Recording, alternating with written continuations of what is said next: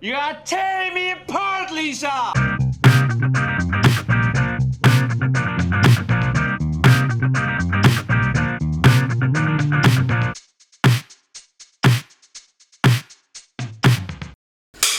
What's good, everybody? My name is Caesar. And I am Martha. And welcome to the 51st episode, when we should be at 60s, in a wider screen where... Two idiots who know nothing about movies talk about movies. We're back. We're back. Yay, we're alive.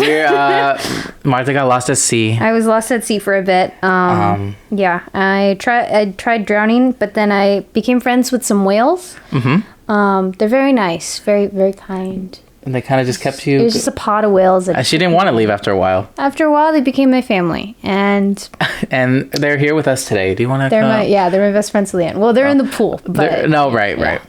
We'll take you later. No, but in all seriousness, no, we're back with just, life gets in the way sometimes. So obviously, every time we try to do this, we want to try to be consistent, but we're doing our best, man. But at this rate, we're putting out one video a year. And on top of that, though, y'all crazy selves are still subscribing to us. I think we were trying out a new tactic where if we don't post anything, how long will it take before people stop subscribing? Because for some reason, y'all decided this was the best time to subscribe. The best time to subscribe, because right now we are sitting at 234. What the? I think the last episode we did, we were about 108 or something like that. Wow. We appreciate y'all. Yeah, thanks. Thanks. Now that we're back, I know it's probably going to go back down to 90. So we really appreciate it. Yeah. If that's what it takes, then we'll just keep posting all the time. Hey, we'll do it. But let's just get started with today. I have a quick question for you, Martha. Get your mind. How could I forget? How could you forget? Come on. It hasn't been that long. Come on. I'm so sorry. What has to be broken before you can use it? It has to be broken before you can use it.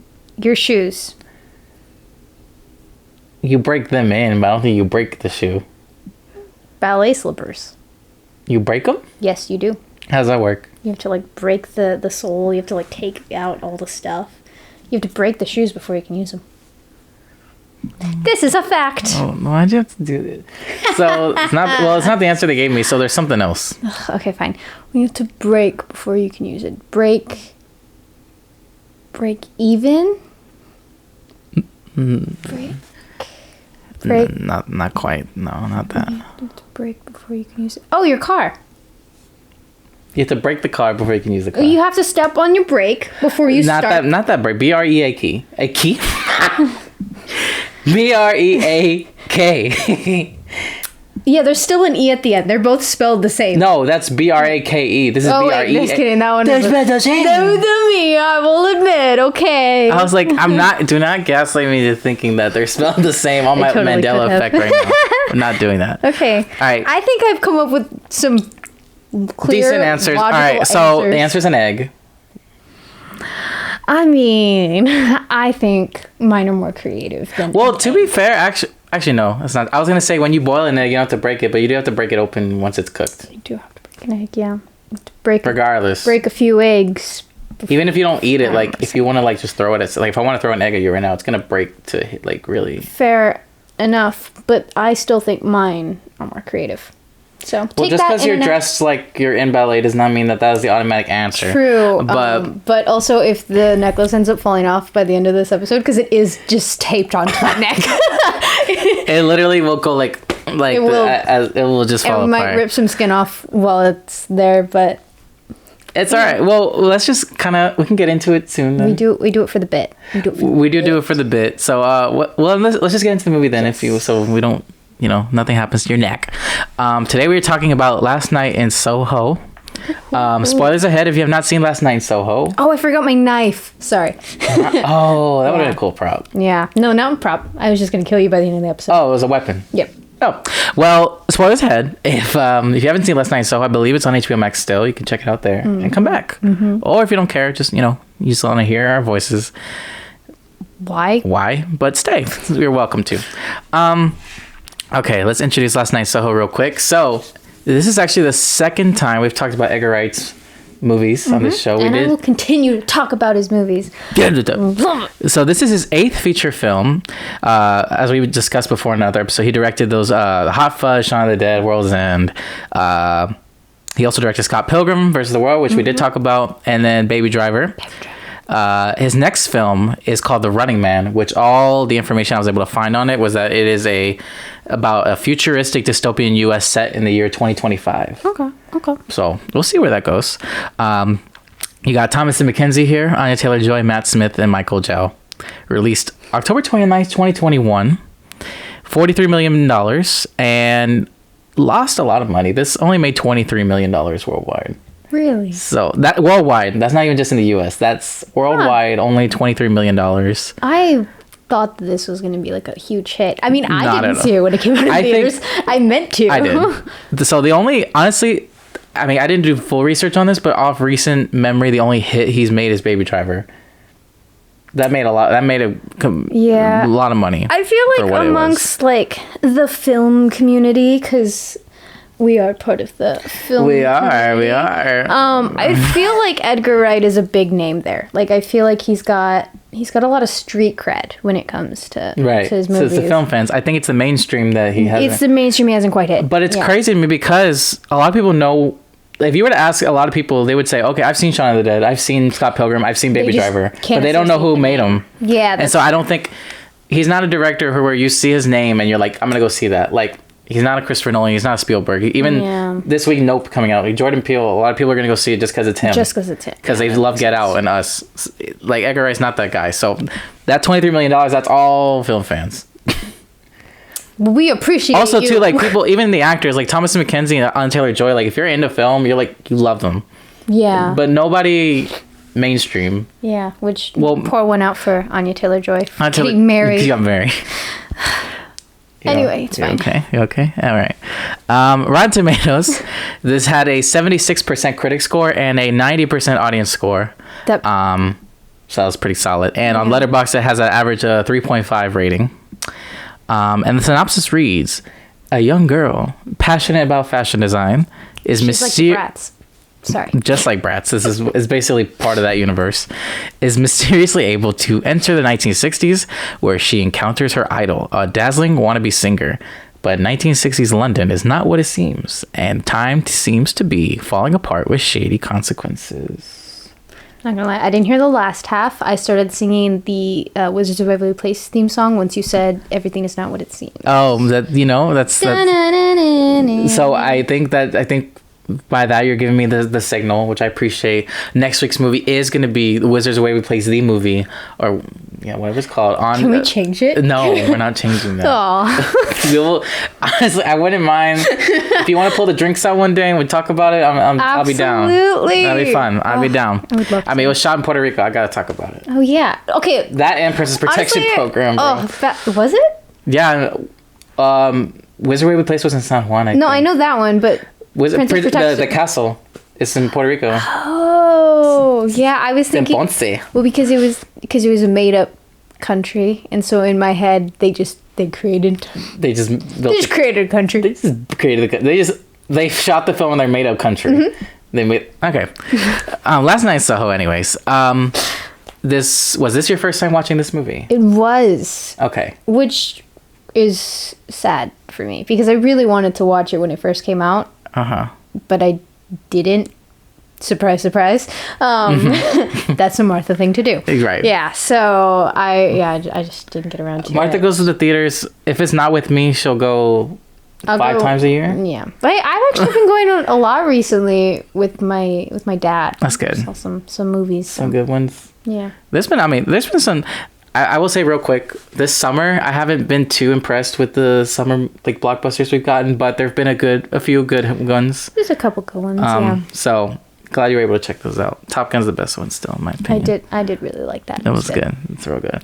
I did see this in theaters. This was actually pretty cool for me because this was around the time when I got my license, and this is when I started driving myself to movies, and it was great. So I saw this in the theater. It was. Yeah, I was in school, and then I left to go watch this, and I had a really good time with it. And then watching this again, I will say I still really enjoy this movie. It's not my favorite of his. I still prefer, obviously, like Baby Driver. I think it's gonna be hard to top Baby Driver as my favorite Edgar Wright movie, honestly. I agree. But I just really enjoyed how I don't think he's ever made a movie like this before. Like he's never really delved into horror. Like even you can Shaun of the Dead's like horror comedy, I guess, but that's more comedy. But this is like his first attempt into like going to horror, and I thought for the most part really paid off. So I enjoyed it. So agree. What did you think? Yeah, I mean, I agree. I did really like this movie. I think good. Okay, it scared me a little bit. Had some of my favorite elements to it. You know, murder, arson. There was other ones I just don't. Oh, fashion. Yeah, that too. That was kind of a hook for me, where I was like, I feel like this would be your thing because she's a girl like going into fashion design and exploring London in the 60s. I was like, this is not up your alley. The only thing I don't like is London itself because that place freaks me out. I don't know why. Why? I just don't ever want to go to London. That's like one place that everyone's like, oh, we're going to London. I don't. You'd rather be like in New York? Yeah, I don't know. Something about London just freaks me out a little too much, so I'm well, you know what? I'm sick and tired of seeing all these movies set in New York City. I don't mind a London movie here and there. No, I agree. It's a fresh new take. But I will say, watching the movie, I mean, you see my whole setup over there. I've been sewing all week, so like I'm like working on my sewing machine, and I'm watching the movie, and I'm like, were you really? Oh my god! I need to stop. I was like, I'm kind of freaked out. Yeah, so not a smart thing to do. No, probably getting a little too immersed into it, and I was like, maybe not. No, it's all good. Well, we can get into kind of the details of the movie. So, immediately, what I liked was because the first scene you're seeing Thomas Mackenzie in her room, and she's kind of like dancing around the room to her 60s music. Yeah, and I like how the beginning of the movie for me. You couldn't even really tell. Like, if you didn't know ahead of time what the movie is about, you couldn't be able to tell, I feel like, when it was taking place. Yeah, I agree. Yeah, at first I was... Because I knew that it was like, the two storylines being told, but, like, at the same time. And, like, one of them was taking place in the 60s, one of them is, like, present day. But, like, watching that first part, I thought that was the 60s. That was the 60s? Yeah, I was fully convinced, and then... It wasn't, because then I saw her with Beats, and I was like, "Wait a minute!" Right. That was kind of that was the moment I knew too, because even obviously just the way that it looks in her room, and obviously what she's listening to and everything, and then the way their house is, especially, it's not until she leaves and goes into London and puts those beats on, you're like, "Oh fuck, wait, she's in like present time." But I don't know how it did. I don't know why it took me so long, because like that was me too. Like I would do that too. I was a huge fan, and you know I love Audrey Hepburn, so I was like. Yeah, with all the posters in her room and everything. All the stuff, right. Yeah. Except I didn't have the posters. Brianna had the posters. Except she didn't actually know who Audrey Hepburn was. Oh, so she just had the posters. She just thought it looked cool. Yeah, and I was like, so I was there. I was like, I want your room. I don't think I've still seen a single movie before. Well, one day we do have to do Breakfast at Tiffany's, because I can already tell ahead of time it's not going to be a movie I like. No, it will not be. But I will be in tears, sobbing every time I see that movie. Anyway, we'll remember that too. Wizards of Waverly Place, and then got it. So, kind of the main thing that we first see story-wise going on in this house is obviously she lives with her grandma. But she got accepted into the London Fashion School. But her grandma is scared because basically her mom went into London and bad things happened there, and she ultimately she was mental illness. She had mental illness, love, and it didn't work out there for her. So she's worried the same thing's gonna happen to her. But she's like, nah, Granny, I'm fine. Leave me alone. And then she's still dealing with the loss of her mom. She still like sees visions of her in the mirror and all that sort of thing. So that's what she's dealing with. Then once she gets into London and you realize the story is set in a more modern world, and even I think the way it's shot looks more modern. I guess that's something else too, is like when they're at the house, it looks like a more retro look. I don't know if that's with the color or whatever, but I will so this is one of my favorite things about his movies is the fact that he just like he immerses you into whatever world he is building. Yeah. And you are there, like there's no question about, I mean, except for the I guess for the very, very beginning, but like even that was on purpose. Yeah, to like make it seem like she's in. Even I think more so to put it in the perspective of her, like she's in her own world. Like this is where her head's at. Exactly. Like she's stuck in the past, basically. You see everything through the character's eyes. So even though she wants to be in the 60s, she comes out into the real world, and it is not the 60s. It's modern day. This is modern day, and she's not fit as we learn, into this world. Yes. Like she thinks that she might. The first kind of sign that something's wrong with this London. Every man she encounters in this movie is very like, it's creepy and off and uncomfortable. And Just men, basically. This taxi driver is like starts talking about her looks and how he's gonna like come around to her school if all the girls are looking like that. Just like, a lot of weird. First stalker, and I'd be like, nope. No. And she was smart about it. She was like, okay, I'm getting out now. She was good. Yeah, exactly. So that was a good thing. She eventually gets to the school, and then, bro, when this bitch fucking walked up on screen, her name Jacasta, whatever it's called. Jacasta, the hurricane or whatever. You already fucking knew she was going to be a fucking problem. She's a bitch. But I feel like the conversation that they do have when they first start talking to each other is important. Because I feel like, obviously you already know, based on like kind of the beginning and everything, like how she views the world kind of differently than everyone else. It's kind of in a different reality. But even the way like she's talking to her about like these different fashion trends going on, or like different things she'll bring up, and she's like fucking has no clue what she's talking about, and she's the only one that shows up there in her own clothes that she designed, which I don't know why they were fucking making fun of her for, because what she was wearing, fashion school. What she was wearing was fucking drip. Okay. Yeah.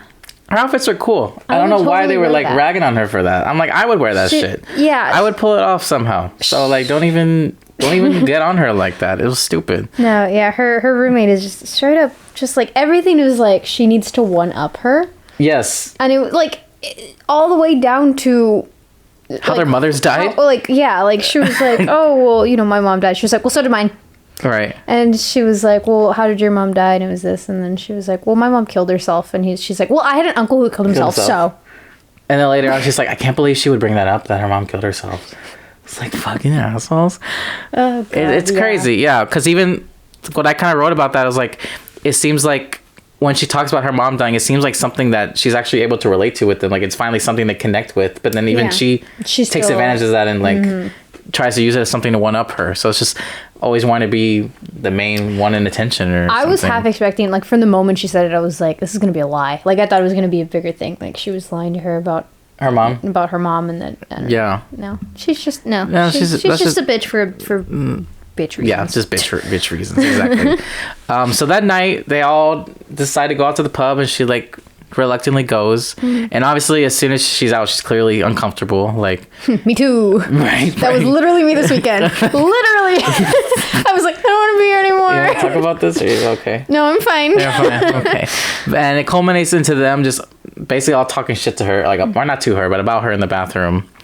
And with all of that, and then next thing you know, they're like, I think time flashes and they're throwing parties in her apartment. She's trying to sleep, and she's like, bro, I can't do this anymore. Like, I need to fucking go. But I will say, I understand why she like gets out of bed and like walks around her blanket with her little beats on and like lays. But I'm like, girl, you don't need to do that. You don't need to be that extra. You don't need to be that extra with it. Like, just like, I don't know. You could have done something else. You could have joined the party. You could join the party. You can hang out in the hall, maybe. Hang out in the hall. Like, yeah, for like, so you can step out in the hall. I'm sure there's like a library you could go to. I'm not justifying them throwing the party. I'm just saying. Yeah, but she didn't need to be that. She didn't be that extra, I mean, am I socially awkward? Yes. But I also know where enough is enough? Do you know where the line is? I know where the line is. Right. She didn't today, so. I was like, now it's a little cringe how you're like acting at this party right now. She's like, oh, so different. I don't want to party. I'm listening to 1960 music. Yeah. I was like, okay. So. It's like, I get you, girl, but there's a line. You kind of cross. It's fine. Cross the line a little bit, but it's fine. It's all good. But she eventually does find an apartment to live in. She sees a sign. Apartment's fucking perfect, right? No, it's creepy as hell. For her. I mean, yeah. Let me finish. Yeah. The apartment is perfect for her needs. It's a 1-bedroom. It's all retro looking. It's back in her own world, like she wants to be, in her comfort zone. Like, she loves it. Mm-hmm. And now here she has the chance to start again. To like start again in London, have a fresh new take. As soon as she's in the apartment, though, I already really loved how it was shot in the apartment, especially with the signs outside being the red and the blue, and the way they flash through her window. I think it was super cool. And then as she starts falling asleep to her music, I thought the way it transitioned into the 1960s for the first time. The bed sheet shot. Oh, it was so super cool. Badass. Oh, I loved that so much. And then London looks amazing. The production. Yeah. Looks completely like we were transported to a whole other decade. He is a sucker for details in his movies, and that is why impeccable. I love it. Absolutely. Yeah. And then now we seeing newly married Anya Taylor-Joy, bro. Let me just say, this woman kills every role. She truly does. Kills every role, and she's great here too. And all the work that they start to do here with the visual effects, in particular, like kind of how they play around with the reflections and the mirrors with them too. It doesn't stay the whole time. Like sometimes she is there, sometimes she's not. Isn't. Yeah. It's a cool. But they play with it really well. Yeah. Absolutely. Then we see Matt Smith pop in, which I will just say, Morbius. Morbius. I cannot get out of my head the fucking Morbius movie. I know. When I saw him on screen, even though I saw this before Morbius, like I knew, but like I couldn't get the dancing shit out of my head. I could not do it. I was like, oh my god! I'm like, Morbius. I was like, could Jared Leto pop in here and make it like really like, come on, man. Really make it, yeah. Really make it work, but no, not the case. But obviously he's gonna show up, and you know he's just gonna be a fucked up man, like obviously. Well, he looks like a Morbius. Straight up Neanderthal. Which is why he was perfect in Morbius. Which is perfect in Morbius, which is also perfect in this movie because he's a terrible person. Who he's playing, yeah. Yeah. So, you know. It works out. Good casting. Good casting on them, and he's good as well. But let me just talk about this scene real quick. I think this is the most impressive scene of the movie so far as the dance scene. Mm-hmm. Because I don't know how the hell they pulled this off with the amount of camera. Oh god. I was like, at first I thought it was just like a bunch of cuts, but then I realized. You can't really tell. It's just like. I don't think it is. I don't know for a fact. I don't know. I haven't watched. I didn't look to see if there was any behind the scenes like of that sequence. With this. Basically, the sequence is just Anya Taylor-Joy dancing with Matt Smith, but every time they kind of turn around, it's Thomas and Mackenzie, and it's back to Anya, and the way they move the camera around. It's so good. And you have to think about the actors too. On that point is. It's a lot of going on. This is why I'm thinking, like, I think it'd be so cool, and I'm pretty sure it is, but it looks like it's a one-take thing. Exactly. Because, like, every time that they were able to, like, manage to get her off the screen, whether he's blocking her or, like, he spins her out of frame. It's definitely all choreography, for sure. It's so cool. Yeah. Oh, it's so... Oh, which I will say, so it probably is hidden cuts, because there is another sequence later on in the movie, which I'm pretty sure I wrote down, where it's... I don't remember exactly the context of the scene, but it's one of the horror sequences later on in the movie, and it's going around the club, but every time it turns and spins, it's like hitting cuts. Yeah. So he's done that. I'm pretty sure, even in Baby Driver, I think there was some too. So I'm sure it was that, but obviously a lot of work had to be done in multiple departments to make that work. So it's still a cool scene. And it was really cool. Yeah. Really cool to see. Edgar Wright, bro. I mean, he's the fucking guy. He's the guy. Come on, man. And I feel like you feel the energy so much in those like 1960s sequences that as soon as it cuts back to the present day, you can even see it in the shots. Like all the color is just like fucking flat. This is gone. It's god. It looks like a Twilight movie. It's just like it's gone. Yes. It's fucking no life. But the only kind of part of life that she saw was on her neck. Because out of nowhere, she just had like a hickey that I guess transformed from the dream. Even though he was kissing Sandy, it got to her. Yeah, and that's where like the reflection part comes into play. It does. It's like she's watching it happen, but she's also living it at the same time. She's living through it, but she's also living it. Like she is it. It's so cool. I don't know. It's crazy, but I did not expect her to low key. So at first, when she sees it, you think she gets embarrassed, and then she looks in the mirror. And she's like, "Hey, yeah, no." Which I also think is funny because like later on we get introduced to her love interest, like a real life, her actual which like he asked her, he's like, "Hey, like, are you doing anything?" And she's like, "Yeah, actually, I am." Right. Because she'd much rather like be with a dream guy. She'd much rather like it's like. All that she starts looking forward to is just going back to sleep, and going into that world. It's especially that dude is so nice to her the whole fucking really movie. Is. And I got I remember watching it for the first time. I would run. I was so worried because obviously like we talked about, every man in this movie ends up being like a total piece of shit, and so I'm worried to myself that he's starting off so sweet that he's gonna just end off that way. Me too. But thankfully, it never paid off that way. Yeah, he till the end. Literally, once again, I would not have as much strength as him. I would have ran. Oh, I would have left. Fast. I would have left that situation. Yeah, I was like, she's not worth it. Sorry, but yeah, man, this is because it's like she's like screaming and threatening to like kill people, and now I'm like, But like you're saying, like the exact sequence you're talking about was when he was asking, like she had plans, so she's like, no, like I'm doing something, like this is like her life now that she wants to live through. And I love the like when he asked her like those quick little shots of like Sandy and Jack, in there. She's like, no, this is this is the life I want to go through. Dream life. Which I mean, I guess I don't blame her on that one. Things work out much better in my head. If you're so comfortable in your own, yeah, exactly, makes sense. I did have a random thought though. So obviously, she like felt the hickey, like it was on her. Yeah. When Sandy is like having sex with these men, like is she feeling that too? Well, that's what I wanted to. Okay, so I would say no. Like, is that the line that doesn't cross?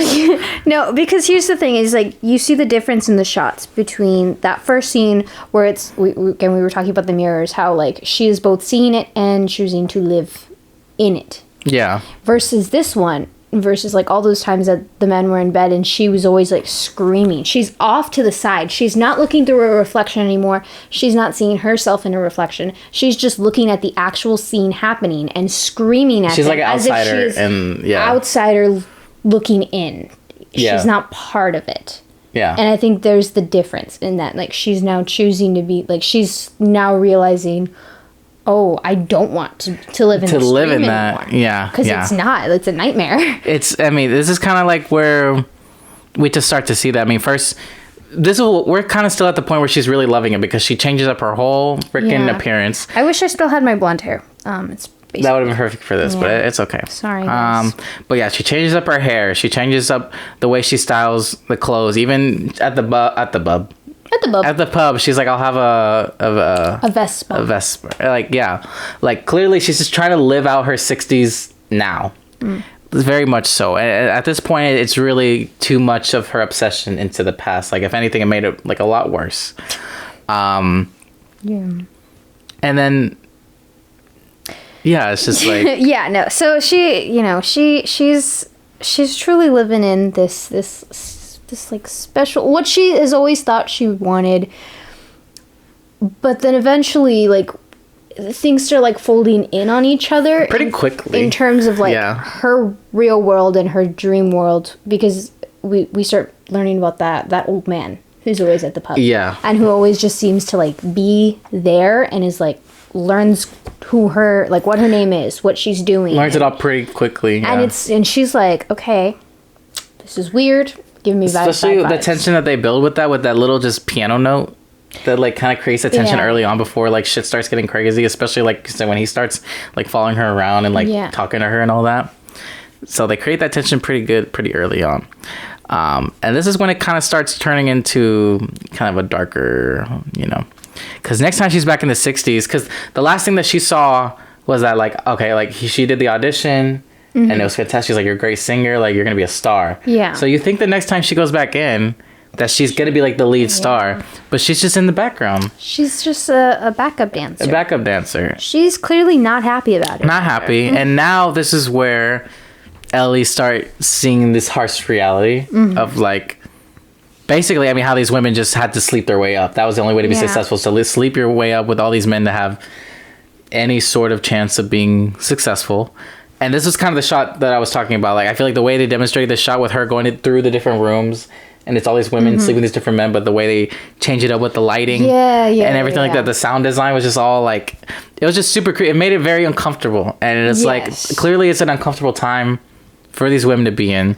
And this is kind of the first instance where all that love and kind of nostalgia, I guess, that she had is like not there anymore. It's no longer there. Yeah. I agree. I like that scene because it's like, it is the horror aspect, but like in like real context. Yeah. It's like you think horror movies, you think like ghosts, but it's like this was scary, but also real. But even though even though it was ghosts, it's like they all represented something real. Like it was all stemming from something real. Yes, exactly. She's just seeing it in like a supernatural way, but these are real things like that were happening. Yeah. So at the time. That was cool. And things like that were just accepted and just going on. And what basically the whole point is like we should not be romanticizing the past. Like clearly, like people are always talking about, oh, like I wish we were back in the 50s. Like this, believe me, you did not want to be in the 50s. Yeah, definitely not. Like, so here, I follow this one YouTuber or subscribe to this one YouTuber, and she's like very like vintage clothing and things like that. Yeah. And so, but she always talks about how it's like something image, like when you're like thinking back to like vintage, it's like you like the aesthetics of it and like the things, but never the values. Like you leave the values right. because that is not something we want to bring to, which I think, to where we have which now. I think we can I think like you can understand that and have maybe an appreciation. I would say. Like have an appreciation of like I don't know. Like she puts it in a better way, right? saying but I get what you're I'm saying, not, and I think, and I ultimately I feel like that's a big part of what this movie's doing or trying to say. But it's pretty because I mean you literally see how pretty and vibrant. I mean you see how it is when she first enters London in the 60s, like how amazing it looks versus how she's living. But really, the reality of it is just not at all what. But it's not exactly all it's cracked up to be.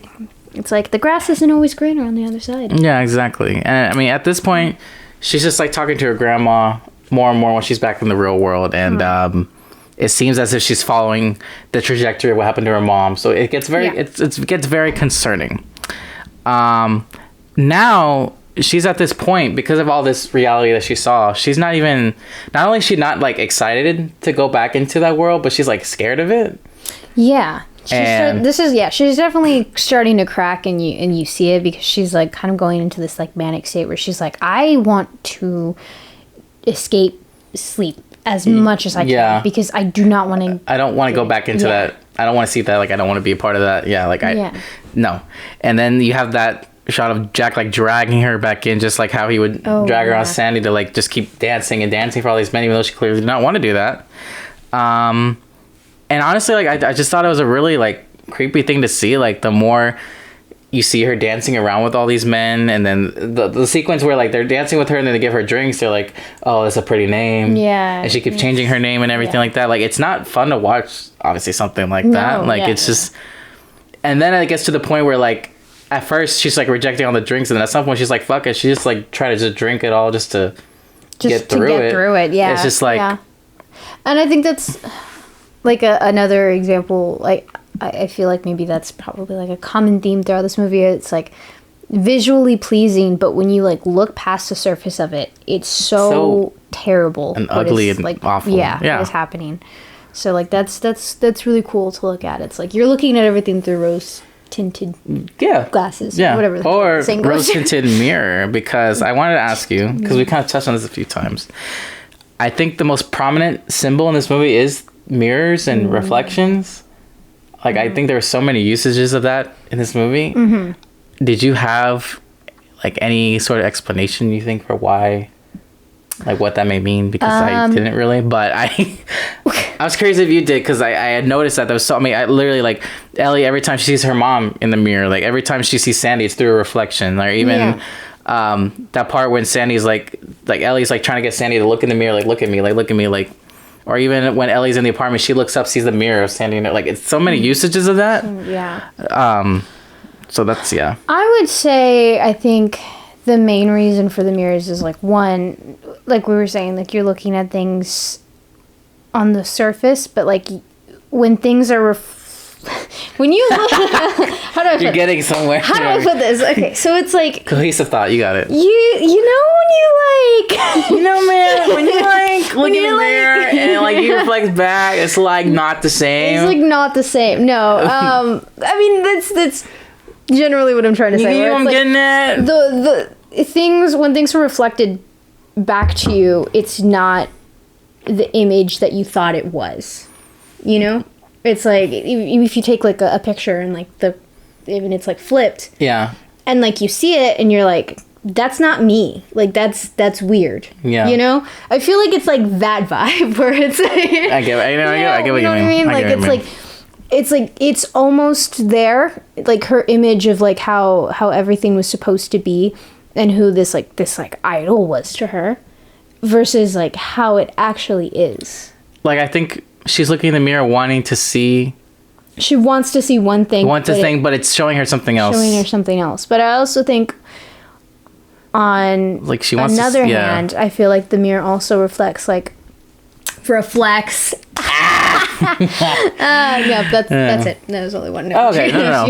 I don't know. I feel like it's also like it's a barrier for her too, because we were talking about earlier how she was like standing off to the side. Yeah. And she was watching it happen, but she could never hear her, and she could never do anything to change what had happened. Yeah. So it's, I don't know. Maybe you can relate it back to Alice in Wonderland somehow, but I can't. Maybe. I don't want to think anymore. So. No, it definitely makes sense. I feel like it's the closest kind of a explanation of what I can think of. So yeah. So. Okay. I got you. I'll read Alice in Wonderland. No, that was good. That was a good one. So basically, the next thing we see. So John, because this man does not give up. He's persistent as not Morbius man. John, not Jack. Oh, sorry. Damn it, John. Invites her out to the student union dance for Halloween. And at first when they get there, like the way the lighting is and the way the camera moves around them, like when they're dancing, super badass. Like I love the way that was shot. Cool. Especially because I noticed this was the first time that you actually see her enjoying herself in modern London. Yeah. Every other time she was having any sort of fun. She's miserable in the modern world. Every time she was having fun was back in the 60s. Yeah. This is like, now she's in London and she's actually having fun and smiling for the first time ever. But of course it has to be fucking ruined because her visions show up to the fucking dance. But also... And everything like that. Yeah. And her roommate, I don't know what that was about. Where she gives her that drink. And she's like, oh, like... drink it all. And like that part confused me because I was like, did that enhance the vision? So my theory on that was because later on when she's talking to the police, she thought back to it. She thought back to it, so maybe that was just to make her more paranoid into thinking, oh, maybe none of this is actually happening, she's just on drugs or something. Yeah, that's a good point. Because I guess she would be the kind of person to do that to her. Yeah. Even though it didn't end up being that way. It didn't end up being that way. I feel like that's kind of what it was. That's a good one. That's kind of... Good thought. Yeah. But anyway, John, after all that, thankfully, somehow, I don't fucking know how, he's still there to comfort her. So they go back to her place. She gets they're like, detachment happens, pretty fast. Let's not say it like that. But while they start getting it on, I'm sorry. She starts seeing in mirrors all over the damn place of Sandy getting murdered and stabbed up by Jack. Yeah. And I would imagine, this is personally speaking, I would imagine that's a turnoff. Have you been in that situation? Unfortunately, I have not yet. I will report back to you if it ever does, because exactly. But it's pretty crazy what's happening, especially the one shot with, like you said, the knife or reflection in that shit. Oh yeah. It's such a cool shot. Oh. And it's pretty crazy what she sees, and she's like all freaking out. It's very bad. And then it's not much worse. I mean, it's not much better. It's not worse. It's better. Not better. Yeah. She goes back to school the next day, and she basically just has visions galore. With this model that she's like putting her clothes on. Yeah. So she starts already having those visions, and then the whole fucking day is just visions is bad. It's really bad because she's running around the city. And I love the way Edgar Wright shot this because the way he shot it reminded me of how he would shoot like action, like in Baby Driver. Yeah. Like I remember the scene of like Baby, like I remember the scene of Baby like just running around with them chasing him. It reminded me of how it was going around her. So I thought that was cool. And then they go to the police, or she goes to the police, and obviously they're not going to believe her, but at least the lady seemed genuinely concerned about her, which was nice. But then they go to the library, and she's trying to research the murder, like going through newspapers and everything.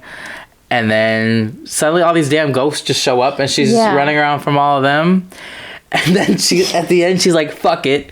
Has a pair of scissors in her hand, is about to stab one of the ghosts. And of course it had to be fucking... Which... The girl. Here's my thing. Which was a crazy shot when I saw that. I was like, oh, fuck. I literally went like this. I was expecting that to happen. Like, I was like, okay, she's going to end up stabbing someone. I think it was happening all so fast that I just didn't... Well, okay. I wasn't really expecting anything. Again, they're ghosts. Do you think stabbing them Oh, I don't know what her mind thought. I don't know what her thought process was in that. But I don't know. But she's also in a very she's her in a mental very fragile mental state. Fair enough, yeah. But again, like it's just the whole thing. Maybe you can look at it. I'm still in the mirror thing. Like in the mirror, the mirror is like starting to shatter because her fantasy of what she wanted to see is breaking. So it's like the mirror and the glass is breaking. And so, and because through those cracks, her world and the dream world are coming and they're overlapping even more because now she's having the visions while she's awake. I see what you mean. Boom. Through all of that incoherent nonsense, I somehow understood what you were trying to say. There was something there. There was something. I'll give you that. Yeah, there was a nugget. There was a little nugget. Which actually, talking about nuggets, I had through Chick-fil-A today, it was a free 8-count nugget on the app. I redeemed that today. Been nice it was a great lunch. It was a great lunch. It would have been better than Taco Bell. Yeah, I had Taco Bell. That wasn't good. Literally, my meal was like $3 because I got my drink for free. I had points, and the nuggets were free. So I just had to pay for the fries. And I have a gift card to Chick-fil-A. Come on, man! You had a free meal. Come on, man! I'm gonna go into my dream world. I'll let you know about food deals in the future. Free nuggets. Free nuggies. Well, they ended today, so. Well, in my dream world, I get free nuggies all the time. All the time. Okay. And I don't think it's going to be like hers, though, where her visions start coming to real life and you actually get free nuggets. I don't think it's going to work like that, but it's okay. But basically, she starts running around the city because she, like, catches a vision of Sandy just walking around. It's just like, I got to follow this bitch. And then after running through all the ghosts, like, knocks right the fuck out in the middle of the street in the rain.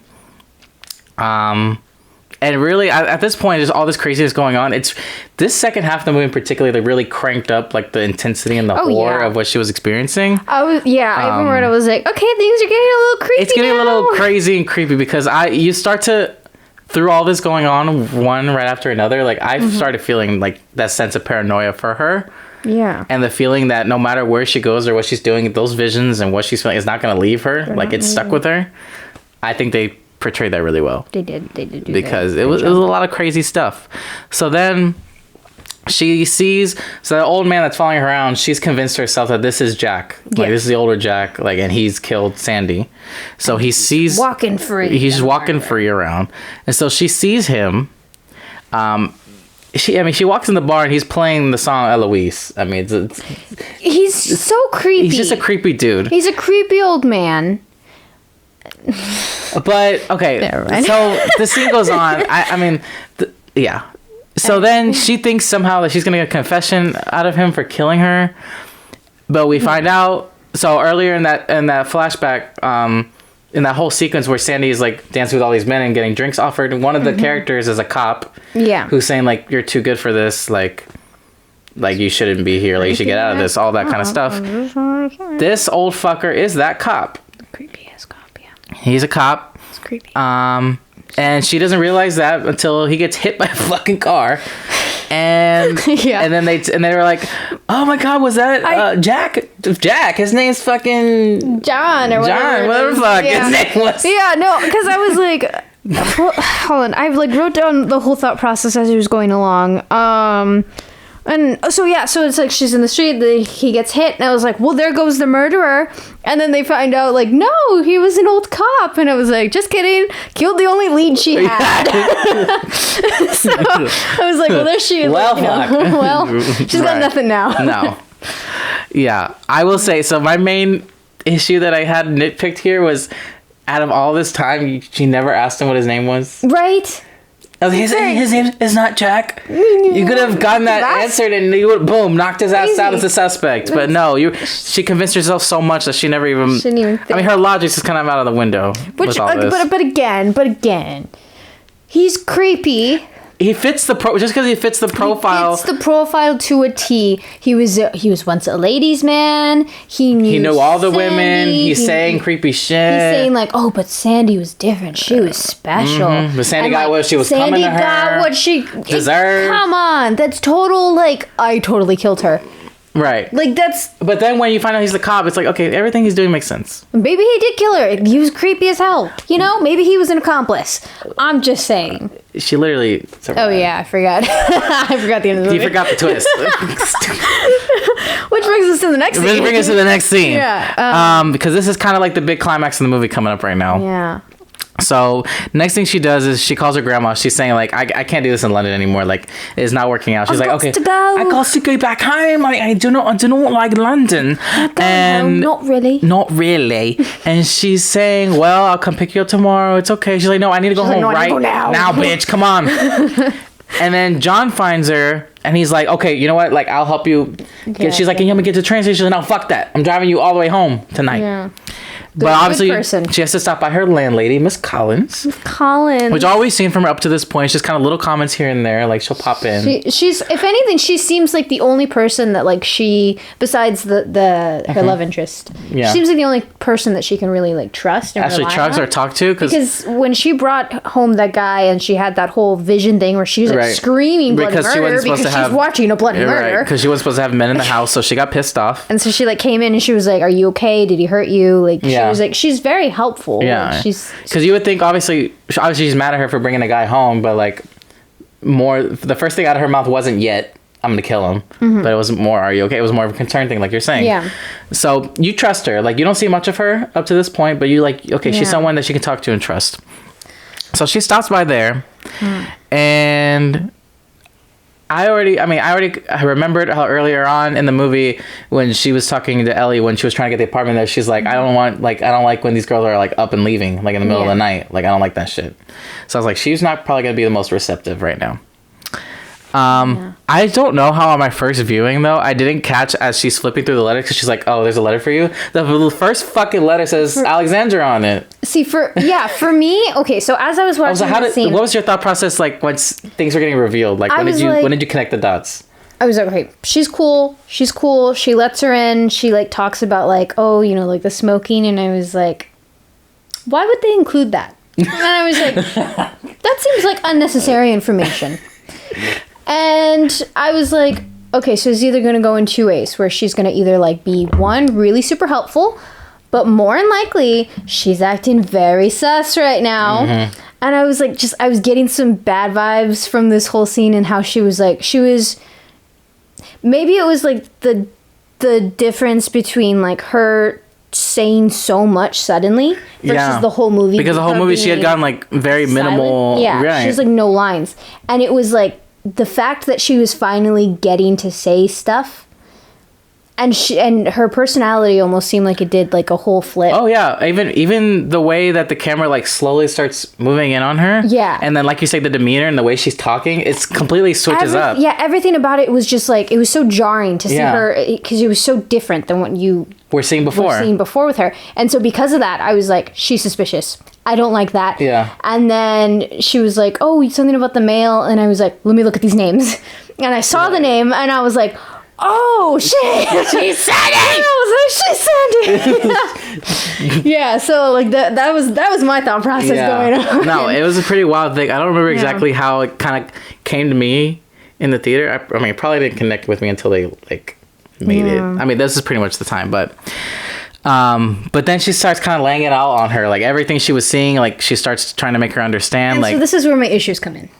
Okay. With how this plays out. A lot of people that have kind of mixed reviews on this movie, this is kind of where things, which I fully understand. I can't say it 100% worked for me either, but what were you going to say? Okay, so the way that it unfolds is that she is like, okay, so you're right, I am Sandy, that was me, but I killed all of those men. Mm-hmm. And I'm not saying murder is justified. Murder is bad. But however, this was the 1960s, and she was not going to get help anywhere else. And I feel like, having seen all that she has, what's her name? Sandy? No.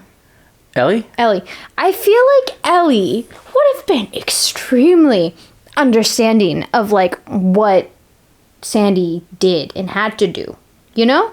I feel like she would have been like, oh, so you killed them, okay, cool, what well, I'm not going to say anything. You know, you did what you had to do. I really feel like that would have been her reaction. she kind of reacted that way. That was her reaction. But Sandy is straight like, no, I have to kill you now. Because you know. And you know too much. Yeah. And I was like, I don't know. I would have been like, listen, man. We cool. We cool. I get it. Like, men, they suck. So. Okay, but so now that you're saying all that, it's bringing me back to a thought I had in the movie. Maybe it's a nitpick, but it's kind of two thoughts into one. So she talked about earlier in the movie how she hated how girls would go up and leave. Did she kill all these girls that stayed there before too? Because I'm assuming they went through the same thing that she went through. I don't think being so. in that room. The way I never. That's not how I interpret it. Because then she puts out a sign. I mean, the way she finds the apartment is a sign saying looking for an apartment. Like, I have an apartment up for rent. I don't think so. Like, was her intent? But was her intention always to kill her? Because she knew. I feel like when she started seeing her dress up like her and everything, like she had to think, oh, she probably might be seeing what I'm going through in that room somehow. I didn't see it that way. The way I saw it was more just like, because she's constantly making remarks about her being like, oh, like you're a lot different than like the people your age. How it's like, oh, well, they don't know what that's called, or like, or how to use a telephone, a landline, or like, the record player. Why are you listening to that music? Yeah. Things like that. So I feel like in that regard, it's more like just, millennials, how we do this thing where it's like conversations are awkward, so we just like skip out on them instead of having them. I feel like it was just she was getting a lot of that in the past, and then now with Ellie, because we've already established that she can see things that people cannot, like her mother, who is dead. Right. You know? So I feel like that was more like how that played out. I don't think that she was expecting Ellie to be able to see everything that had happened in that room. Yeah. But yeah, that was my interpretation. Okay, that makes sense. I feel that.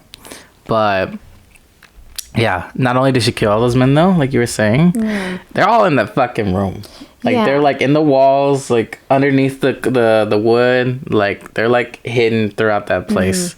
But like you said, now because she knows all that info, she's like, yeah, I'm gonna kill you. That tea is gonna knock your ass out, and I'm just gonna kill you. Which was another thing they gave it away. Anyone who offers anyone tea, it's like, okay, it's poisoned. See, honestly, I didn't.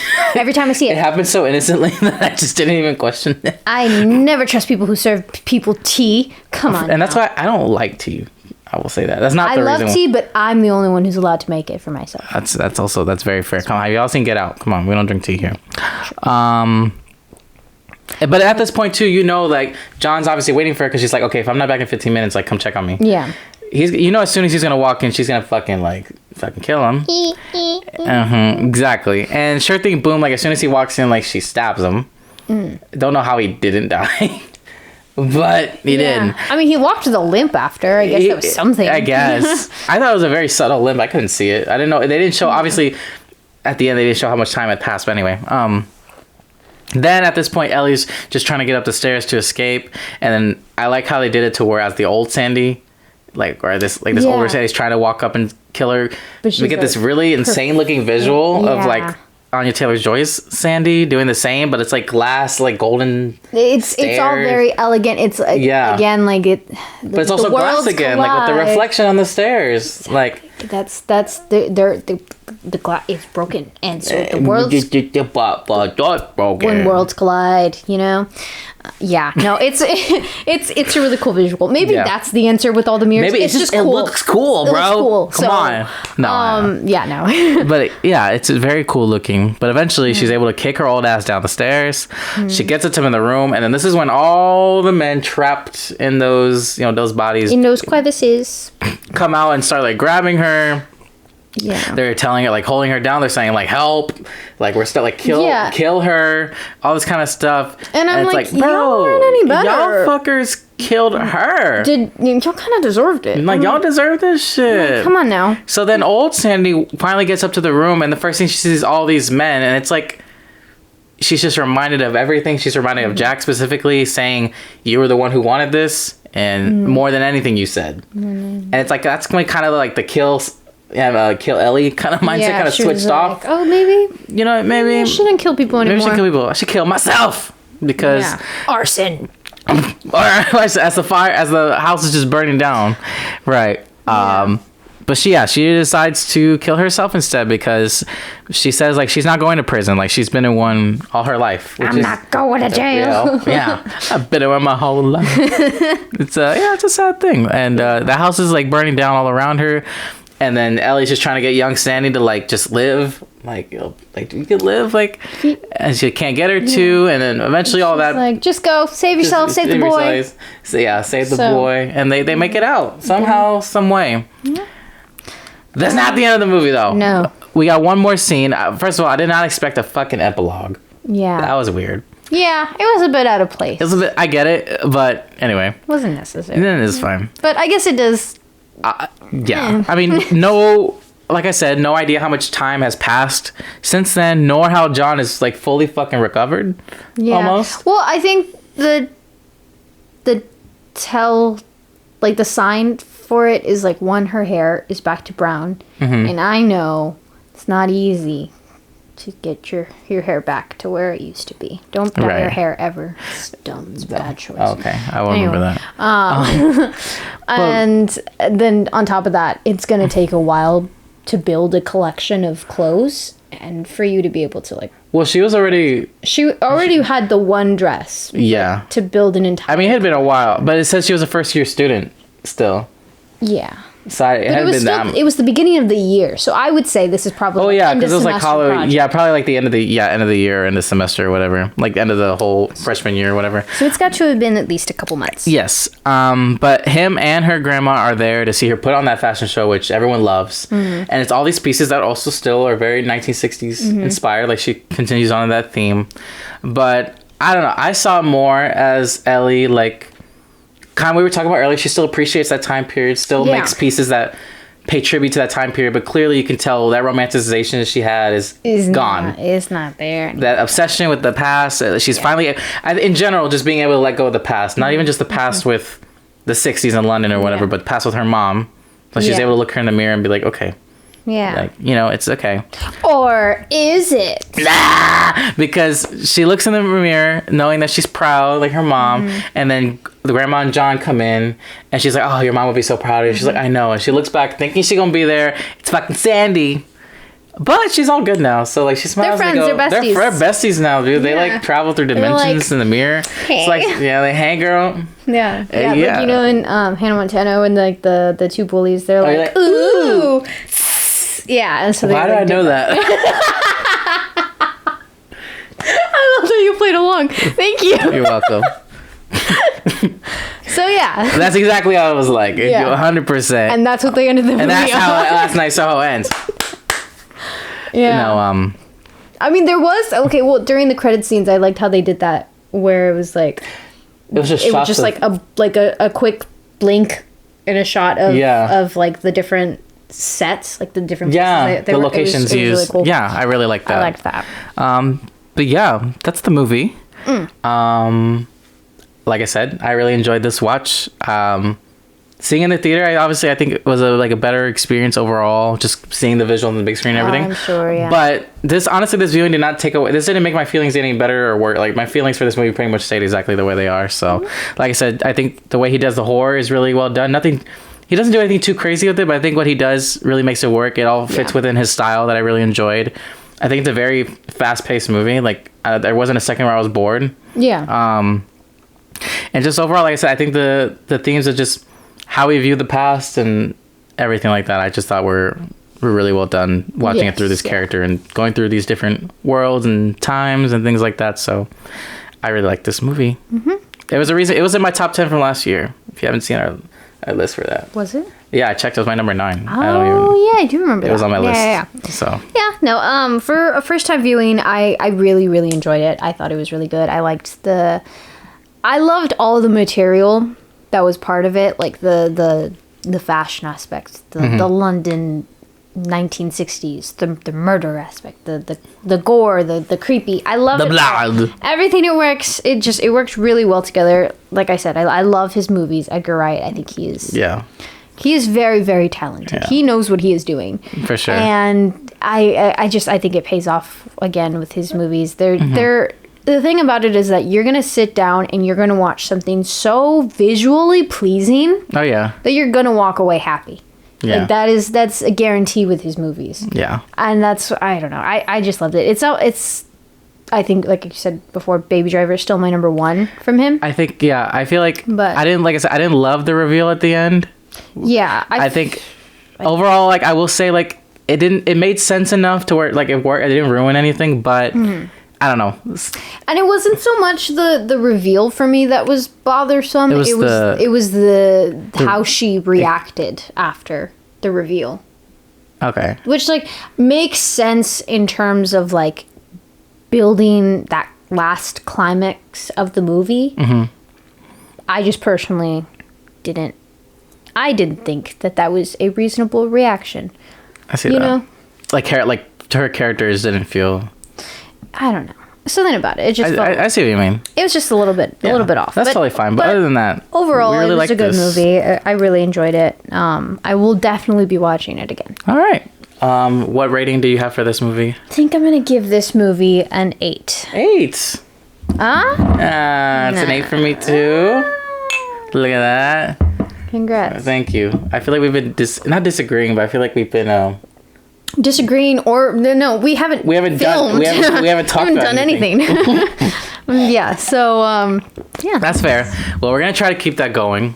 Not recording. Is that what we're keeping up? Recording. We're keeping up. We're keeping up recording. Keeping up recording with the. We're keeping up with the Kardashians. Kardashian idiots. Next week's movie. We're gonna see if we can get this out next week. Yeah. I probably shouldn't say next week. I should probably say next episode at this point. Next episode. No, next episode. Marta, do you remember the movie? Mm-hmm. Come on, you got it. Mm-hmm. Okay. Yeah. I was like, let me double check. You're like, we are going to be watching Bob's Burgers. The Bob's Burgers movie. The Burgers Bob's movie. The Burgers Bob's movie. The Bob's Burgers. Yes. We're doing the Bob's Burgers movie. It has recently hit streaming. You have HBO Max or Hulu. It's on both of those. Whoop, whoop. So you can check that out. It'll be a fun episode because I'm not a diehard Bob's Burgers fan, but I have seen the show. I've seen plenty of episodes of it. And I am obsessed with the show. Just kidding. I've never She's seen never it. seen I've it. not seen a Never single seen episode. it. So. I will say I did see this movie in the theater, so I also have seen the movie as well. She's seen no Bob's Burgers TV show, movie, nothing. No context. I've seen, I think, like a couple clips on TikTok of Like, people do you know what the characters like look like? Yes. Like, she knows but she doesn't know anything about the humor, like what the characters look like, talk like, sound like, nothing. I know that one girl. Tina? Yeah. No. Wait. Louise? No. Yeah. Maybe. The one with the blue shirt? Or the pink? The one with the pink thing. I know her voice. Yeah, Louise. Yeah. Okay. Anyways, it'll be fun to kind of see Yeah. how that goes for both of us. But yeah, check that out. That's our next episode. What else we got here? Make sure to find us on all streaming platforms, on Spotify and Apple Podcasts. Make sure to subscribe on there and leave a review. We need some reviews, man. Review. We want to know how badly we're doing, how much you hate Exactly. that we've been gone for so long. That's made you subscribe to our channel for some reason Exactly. still. And if you haven't done that yet, subscribe to our YouTube channel. Do it. Or don't. Preferably not. Well, we're on the road to 300 right now, so if you want to do it, Damn it, you little idiots. I would recommend. I love you. I'd recommend that. So subscribe to Inner Wider Screen Podcast, and then finally social media: Twitter, TikTok, Instagram at Inner Wider Screen, where we'll do our best to update y'all. Do our best. Maybe if we feel like it. Feel like it. All right. Well, I'm glad we were able to return. It was mostly no issues there. Like, technically we were fine. Like, we got through it. A lot of bumbling thoughts, but I feel like that's kind of a give. That's a normal. Common. That's a constant. Yeah, isn't it not? It's to be expected with this. It's expected. We advertise. We are two idiots. It's in the description. And we know nothing about movies. But we still talk about them anyway. Yeah, exactly. Because why not? Exactly. All right. Anything else for you, Martha, today? Live, laugh, Arson. Arson. Arson. What are we doing? Yes. Bye. Bye.